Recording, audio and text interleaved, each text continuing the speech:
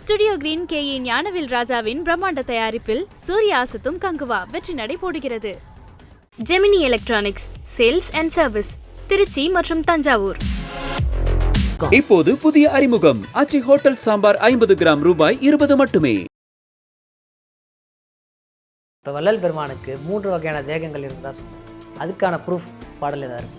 ஆதாரம் கேட்குறீங்க? ஆமாம், ஆதாரம். ஆமாம், ஏன்னா ஆதாரம் கொடுக்கணும், அதான் என்னுடைய கடமையும் கூட. பண்ணுகின்ற தொழில் 5 செய்திடவே பணித்து. இதுவரைக்கும் 5 தொழிலை யார் செஞ்சுக்கிட்டு இருந்தா? இறைவன் தான். இறைவன் செஞ்சுக்கிட்டு இருந்தான். இந்த பாட்டுல ஐயா என்ன சொல்றாரு? மணிமுடிய சூட்டி பண்ணுகின்ற தொழில் 5 தொழில் ஆற்றலையும் செய்திடவே பணித்து. இந்த ராமலிங்கம் உன்கிட்ட குடிச்சிட்டேன், இனிமே இதுதான் உன்னுடைய பணி. சன்மார்க்கத்தை பொறுத்தவரை துறவரம் என்பது கிடையாது. அனைவரையும் திறந்து விட்டு காடுக்கோ மலைக்கோ போறது கிடையாது. ஒரு நாள் இருக்கும்போது இறைவனே வந்து ஐயாவுக்கு சாப்பாடு கொடுத்து, பசியோடு ஐயா படுத்துறாரு, வந்து அன்னி வடிவத்தில் சாப்பாடு கொடுத்ததா. இறைவனுக்கு வெளியில் உருவம் இல்லை என்பது உண்மைதான். அவன் அகண்ட பரமாகாச சொரூபராகத்தான் இருக்கிறான். ஆனால் அந்த இறைவன் நினைத்தால், ஏன்னா இறைவன் எந்த உருவத்தையும் எடுக்க முடியும். இறைவனால் மனசை அடக்கி இழுத்து நிறுத்தி நான் உட்கார போறேன், நீங்க உட்கார்ந்தீங்கனாலே தவம் கூட இல்லை, தியானத்துல உட்காந்து பாருங்க.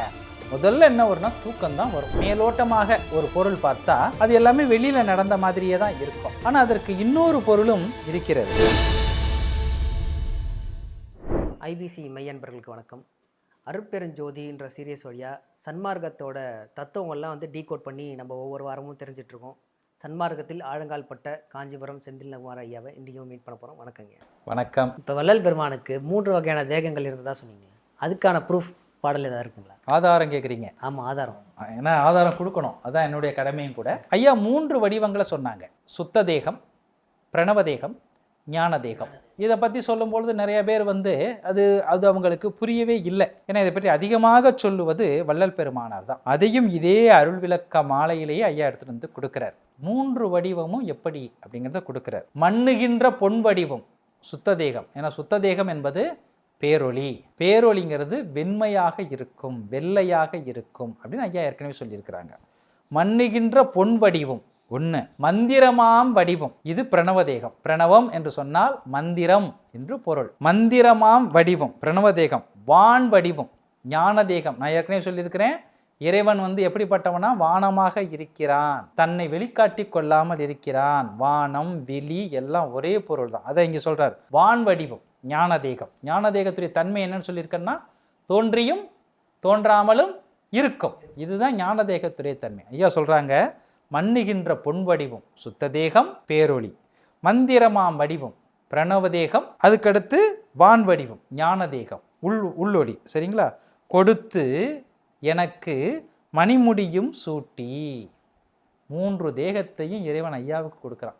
சுத்த வடிவத்தை கொடுக்குறான், பொன் வடிவை கொடுக்குறான், மந்திர வடிவை கொடுக்குறான், ஞான வடிவம் என்று சொல்லப்படக்கூடிய வான் வடிவத்தை கொடுக்குறான். கொடுத்து எனக்கு மணிமுடியும் சூட்டி. அவன் சூட்டியிருக்கிற மணிமுடியை, இறைவன் தான் அரசன். இப்போ இந்த பாட்டுப்படி பார்த்தா இப்போ ஐயா தான் இறைவன், ஐயா தான் அரசன். மணிமுடியும் சூட்டி, அவன் தள்ளிருந்த மணிமுடியை, அது கரெக்டு தானே? ஒரு தந்தை இருக்கிறாரு, அவருக்கு ரொம்ப நாள் ஆயிடுச்சு, பிள்ளை இருக்கிறான். பிள்ளை இளவரசன் ஆகிட்டா என்ன பண்ணுவார்? இளவரசனுக்கு பட்டம் சுட்டுவார். ஏன்னா ஐயாவுடைய பாடல் ஏற்கனவே பார்த்தோம். நீ என் பிள்ளை ஆதலால் இறைவன் சொன்னான். சரிங்களா? ஆக மணிமுடியும் சூட்டி பண்ணுகின்ற தொழில் 5 செய்திடவே பணித்து. இதுவரைக்கும் 5 தொழிலை யார் செஞ்சுக்கிட்டு இருந்தா? இறைவன் தான். இறைவன் செஞ்சுக்கிட்டு இருந்தான். இந்த பாட்டில் ஐயா என்ன சொல்றாரு?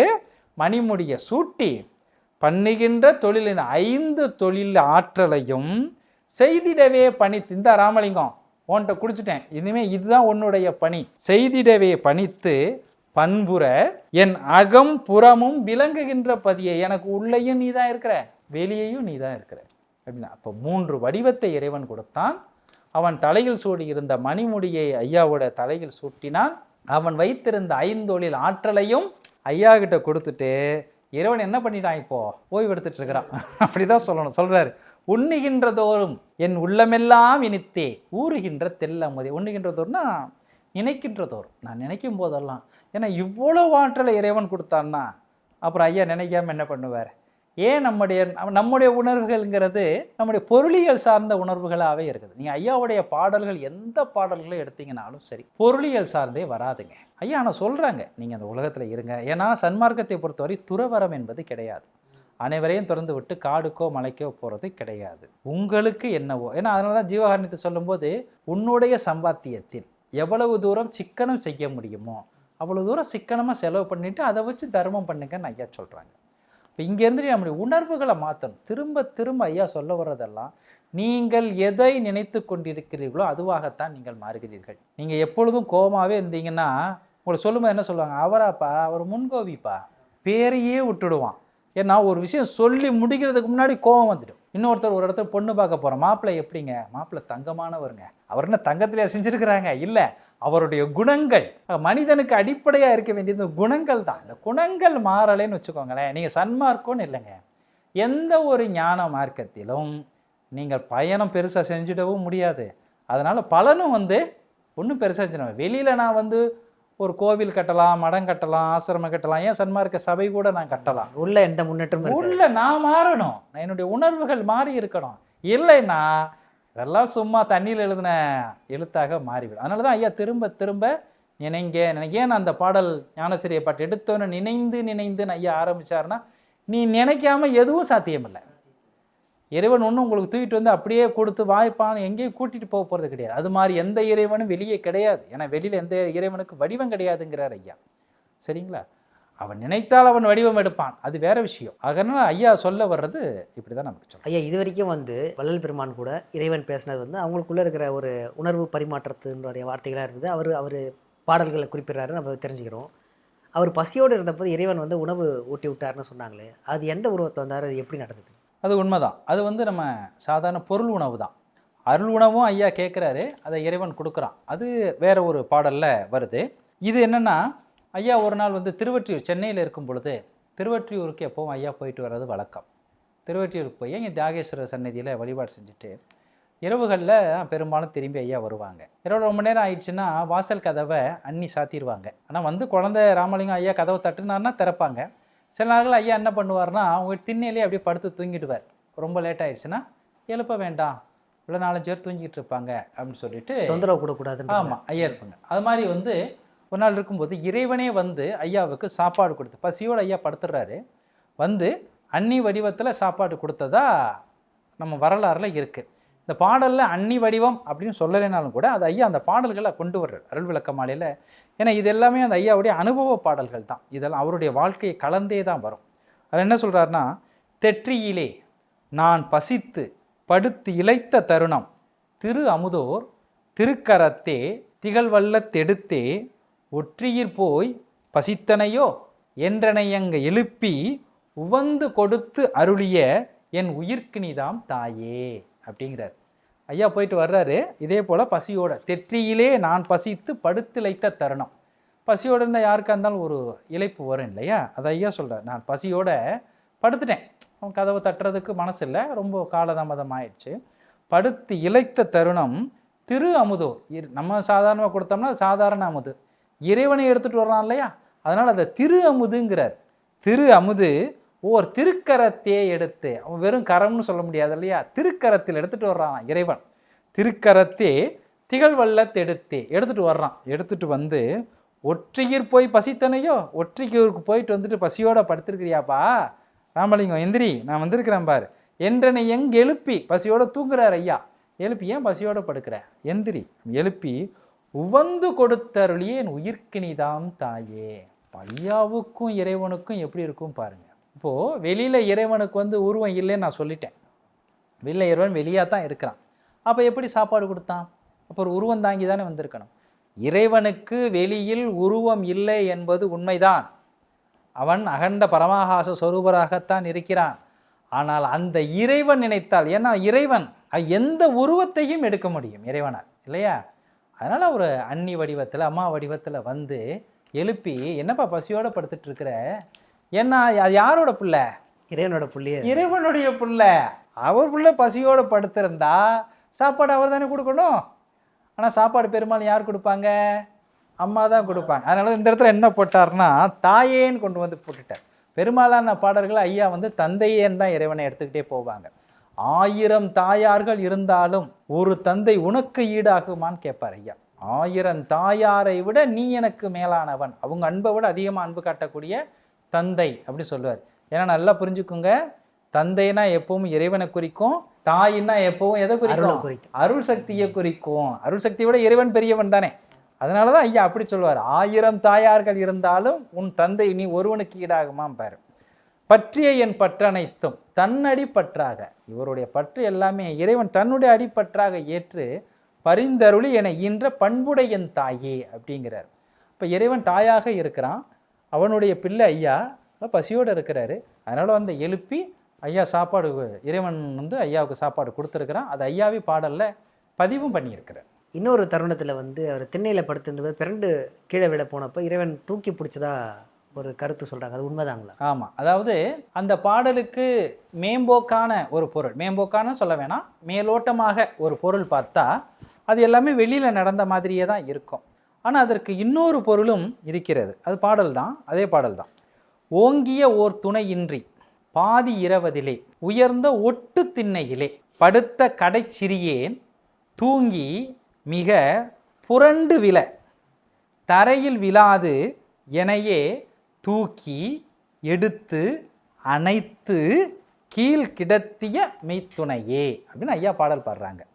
இந்த பாட்டை நேரடியாக பார்த்தா என்னென்னா, அப்போல்லாம் நம்ம வீடுகளில், இப்போ நம்ம வீடுகளில் எங்கேயும் திண்ணை வைக்கிறதில்ல. பெரும்பாலான நம்ம வீடுகளில் திண்ணை இருக்கும். ஒரு சில வீடுகளில் பெரிய திண்ணை இருக்கும். கொஞ்சம் வசதி குறைவான அவங்க வீட்டில் வந்து ஒட்டு திண்ணையாக தான் இருக்கும். நானே எங்கள் வீட்டில் ஒட்டு திண்ணையில் படுத்துருக்கிறேன். நான் சின்ன வயசுலலாம் 2 திண்ணை இருக்கும். ஒரு திண்ணையில் நான் படுத்துப்பேன், இன்னொரு திண்ணையில் எங்கள் அண்ணன் படுத்துப்பார். அந்த ஒட்டு திண்ணையில் படுத்தா பிறண்டு விழுந்தால் தரையில் தான் விழுகணும். அது ஒன்றும் உயரம் ஒன்றும் அதிகமாக இருக்காது, சின்ன திண்ணையாக இருக்கும் ஒட்டு திண்ணையெல்லாம். அப்படி மேம்போக்காக பார்க்கும்போது ஐயா ஒரு திண்ணையில் படுத்துறதாகவும், அவர் அப்படி கீழே விழுகு போகும்போது இறைவனுடைய பிள்ளையாச்சே, அவன் என்ன பண்ணுறான், அதெல்லாம் அழகாக ஐயா சொல்கிறாரு, தூக்கி எடுத்து அணைத்து கீழ் கிடத்திய துணையே அப்படிங்கிறாங்க. ஆனால் இந்த பாடலுக்கு வேறு வித பொருள் பார்த்தா, ஏன்னா ஒரு திண்ணையில் படுத்திருந்ததையோ இல்லை புரண்டு விழுந்ததையோ, புரண்டு விழுந்தால் என்ன ஆகிட போகுது, ஒன்றும் பெருசாக உயரம் கிடையாது, ஒன்றும் ஆகிட போகிறதில்ல, இதற்காகவே ஐயா அப்படி ஒன்று சொல்லியிருப்பார். அப்போ இதுக்கு வேறு என்ன பொருள் இருக்கும் அப்படின்னு பார்க்கின்ற பொழுது, ஓங்கிய ஒரு துணையின்றி அப்படிங்கிறார். இப்போ திண்ணையில் ஒட்டு திண்ணையில் படுக்கும்போது யாரும் துணையோடலாம் படுக்க போகிறதில்ல, ஏன்னா அது சின்ன ஒட்டு திண்ணையாக தான் இருக்கும். ஓங்கிய ஒரு துணை இன்றி பாதி இரவதிலே, பாதி இரவு அப்படின்னா இரவு பாதி அப்படிங்கிறது அப்படின்னா தவம் செய்யக்கூடிய நிலையில் பாதி நிலையை கடந்துகிட்டதை அப்படி சொல்லுவாங்க ஐயா. பல இடங்கள் பார்த்தீங்கன்னா ராப்பகல் இல்லாத இடத்தே வெண்ணிலாவே அப்படின்னு வெண்ணிலா கண்ணியில் சொல்லுவாங்க. இரவும் பகலும் இல்லாத இடம் அப்படிம்பார். இப்போ ஓங்கிய ஒரு துணை இன்றினா ஐயா தவம் பண்ணுறாங்க. ஐயாவு கூட உட்காந்து துணையாக யாரும் தவம் பண்ணலை, ஐயா மட்டும்தான் அந்த தவத்தை பண்ணிக்கிட்டு இருக்கிறாங்க. இப்போ ஓங்கிய ஒரு துணை இன்றி, தவத்தில் எனக்கு பக்கத்தில் உட்காந்து யாரும் பண்ணலை, பாதி இரவதிலே தவம் பாதியில் போய்கிட்டு இருக்கும்போது உயர்ந்த ஒட்டு திண்ணையிலே, உயர்ந்த ஒட்டு திண்ணையிலே, இந்த புருவ மத்தியை தான் ஐயா சொல்கிறார். ஒட்டு திண்ணை இங்கே தானே தவம் பண்ணுறாங்க, தவம் பண்ணுறது இங்கே தானே. ஒட்டு திண்ணையிலே படுத்த கடை சிறியேன், அங்கே உட்காந்து நான் தவம் பண்ணிக்கிட்டு இருக்கிறேன் சரிங்களா. இப்போ சிறியேன் தவம் பண்ணிக்கிட்டு இருக்கும்போது தூங்கி மிக புரண்டு, அதாவது தவம் செய்யும்போது எப்போவுமே நான் கூட காலையில் இருந்துச்சு உட்காந்து தவம் பண்ண முதல்ல என்ன வரும் தெரியுங்களா, தூக்கம்தான் வரும். இது எல்லாருக்கும் வரும். நீங்கள் 1 மணி நேரம் உட்காந்து அருட்பா படிச்சிங்கன்னா தூக்கம் வராது, சத்விசாரம் பண்ணால் பெருசாக தூக்கம் வராது. மனசை அடக்கி இழுத்து நிறுத்தி நான் உட்கார போகிறேன் நீங்கள் உட்காந்திங்கனாலே தவம் கூட இல்லை, தியானத்தில் உட்காந்து பாருங்க, முதல்ல என்ன வரும்னா தூக்கம்தான் வரும். பல நேரத்தில் நம்ம தூங்கிட்டோங்கிறதே நமக்கு தெரியாது, தவம் பண்ணுறேன்னு உட்காந்துருவேன், எனக்கே அது நடந்திருக்குது. உட்காந்துனேன் பார்த்தா தூங்கிட்டு இருப்பேன், அப்புறம் ஐயோ என்ன தூங்கிட்டோமே அப்படின்னு சொல்லிட்டு முடிச்சுட்டு திரும்ப முகத்தை கழுவுவோம். ஸோ தவம் பண்ணும்பொழுது முதல்ல என்ன வரும் பார்த்தீங்கன்னா தூக்கம்தான் வரும். அப்போது தூங்கி மிக புரண்டு விழ தரையில் விழாது எனையே, தூக்கம் வந்துருச்சு, தவம் என்றார் ஐயா, பக்கத்தில் யாரும் உட்காந்து தவம் பண்ணிட்டு இல்லை, அப்படி தூக்கம் வந்து தரையில் விழுகிறதுனா அப்படி கொஞ்சம் தவங்க இதாக நிப்பாட்டும் போது தூக்கி எடுத்து, ஏன்னா ஐயாவை தவம் பண்ண சொன்னவன் யாரு, இறைவன். அவருக்கு நல் யோக ஞானத்தை சொல்லி கொடுத்தது யார், எப்படி தவம் பண்ணணும்னு சொன்னது யாரு, இறைவன். அப்போ ஐயா தவம் பண்ணும்போது அதை கண்காணிக்க வேண்டிய பொறுப்பு யாருக்கு இருக்கு, இறைவனுக்கு தான் இருக்கு. அந்த இறைவன் என்ன பண்றாரு, தூக்கி தூங்காத எழுப்பி எடுத்து அணைத்து கீழ் கிடத்திய துணை. இப்போ கீழே விழுக போகிறாங்கன்னா அப்படி பக்கத்தில் வைக்கிறது இல்லையா, அதுபோல் தவம் பண்ணுறவங்களுக்கு அதை கீழே அதை விடாமல் எடுத்து அப்படி நிப்பாட்டினார் அப்படின்னு ஒரு பாடல். இந்த பாடலுக்கு ஆதாரமாக இன்னொரு பாடல் ஐயா சொல்கிறார். சரிங்களா? இப்போ இது என்னங்க, எங்க ஒரு சாதாரண திண்ணையில் ஐயா படுத்துருக்கிறாரு, தூக்கம் வந்துருச்சு, கீழே விழுந்துட்டாரு, அப்படியே பொருள் எடுத்துக்கிடுவோமே, சரியா? ஏன் இதுக்கு இவ்வளவு தூரம் பொருள் எடுக்கணுமா அப்படின்னு பார்த்தீங்கன்னா, அம்பலவாணர் வருகை அப்படின்னு ஒரு பதிகம். அந்த இடத்துல இதற்கு தொடர்புடைய பாடல் அப்படிங்கிறாரு. இப்போ நான் வந்து தவம் இந்த தூங்க போகிற இடத்த ஏன் தவத்தோடு நான் ஒப்பிடணும் அப்படின்னு பார்த்தீங்கன்னா, அந்த இடத்துல சொல்கிறாரு, ஒத்த இடந்தண்ணில் நித்திரை செய் என்றீர், ஒத்த இடங்காட்ட வாரீர் சித்த சிகாமணி வாரீர். ஒத்த இடந்தண்ணில் ஒரு இடத்துல நித்திரை செய் என்றீர், தூங்கு என்றீர். நித்திரைனா தூக்கம் தானே. இறைவன் தூங்க சொல்லுவானா? தூங்கிக்கிட்டு இருந்தவரையே 12 வயசில் எழுப்பி எப்பா தூங்காதப்பா எந்திரின்னு எழுப்பலாம் இறைவன். இப்போ ஒத்த இடந்தண்ணில் நித்திரை செய் என்றிவர். நித்திரைனா இந்த இடத்துல தபம் அப்படின்னு எடுத்துக்கணும். நித்திரை செய் என்றீர் யார்? இறைவன் சொன்னால் ஐயா கேட்குறாராம், ஒத்த இடம் காட்ட வாரி. அந்த ஒத்த இடம் எதுன்னு காட்டுப்பா. ஒத்தனா ஒரு இடம், அந்த ஒரு இடம் எதுன்னு காட்டு. வாரீர் சித்த சிகாமணி வாரின்னு இருக்கார். அப்போ இந்த பாடலுக்கு இது தொடர்புடைய பாடல். இது ஓங்கிய ஓர் துணையின்றி பாதி இரவிலே உயர்ந்த ஒட்டு திண்ணையிலே. இது ஒட்டு திண்ணை, இது ஒத்த இடந்தண்ணில். அப்போ இது தவத்தோடு தொடர்புடைய பாடலாக ஐயா கொடுக்குறாங்க. நீங்கள் அருட்பாவுடைய சிறப்பு என்னன்னு பார்த்தீங்கன்னா, அருட்பாவில் ஒரு இடத்துல ஒரு பாடலுக்கு பொருள் தெரியலைன்னா அதுக்கு இன்னொரு இடத்துல அருட்பாவிலே ஐயா பொருள் கொடுத்துருப்பார். நீங்கள் அருட்பாவுக்கு பொருளை போய் திருக்குறளில் தேடக்கூடாது, திருமந்திரத்தில் தேடக்கூடாது, திருவாசகத்தில் தேடக்கூடாது. அருட்பாவிற்கான பொருள் அருட்பாவிலேயே இன்னொரு இடத்தில் இருக்கும். நீங்கள் செய்ய வேண்டியதெல்லாம் என்னென்னா, அருட்பாவை முழுமையாக படிக்கணும். ஏதோ கொஞ்சம் படிச்சுட்டு போதும் அப்படின்னு எடுத்து வச்சிட்டிங்கன்னா அதற்கான பொருள் உங்களுக்கு முழுமையாக புரியாது. அதனால் ஐயா திண்ணையில் படுத்திருந்தார், இறைவன் தூக்கி நிப்பாட்டினாங்கிறது பொருள் இதற்கு எடுத்துக்கொள்வது அவ்வளோ பொருந்தாது. தவம் செய்வதற்காகத்தான் அந்த மாதிரி ஐயா அப்படி சொல்லியிருக்கிறாங்க அப்படின்னு நம்ம அதை எடுத்துக்கலாம். இந்த அருட்பெருஞ்சோதி சீரியஸில் வள்ளலார் பற்றியும் அருட்பெருஞ்சோதி ஆண்டவர் பற்றியும் அவருடைய கருத்துக்கள் பற்றியும் நிறைய தெரிஞ்சுட்டே வரும். தொடர்ந்து தெரிஞ்சுக்கலாம் அடுத்த பதிவு. ஸ்டுடியோ கிரீன் KE ஞானவேல் ராஜாவின் பிரம்மாண்ட தயாரிப்பில் சூர்யா அசத்தும் கங்குவா வெற்றி நடை போடுகிறது. Gemini electronics sales and service Trichy மற்றும் தஞ்சாவூர். இப்போது புதிய அறிமுகம் ஆச்சி ஹோட்டல் சாம்பார் 50 கிராம் ரூபாய் 20 மட்டுமே.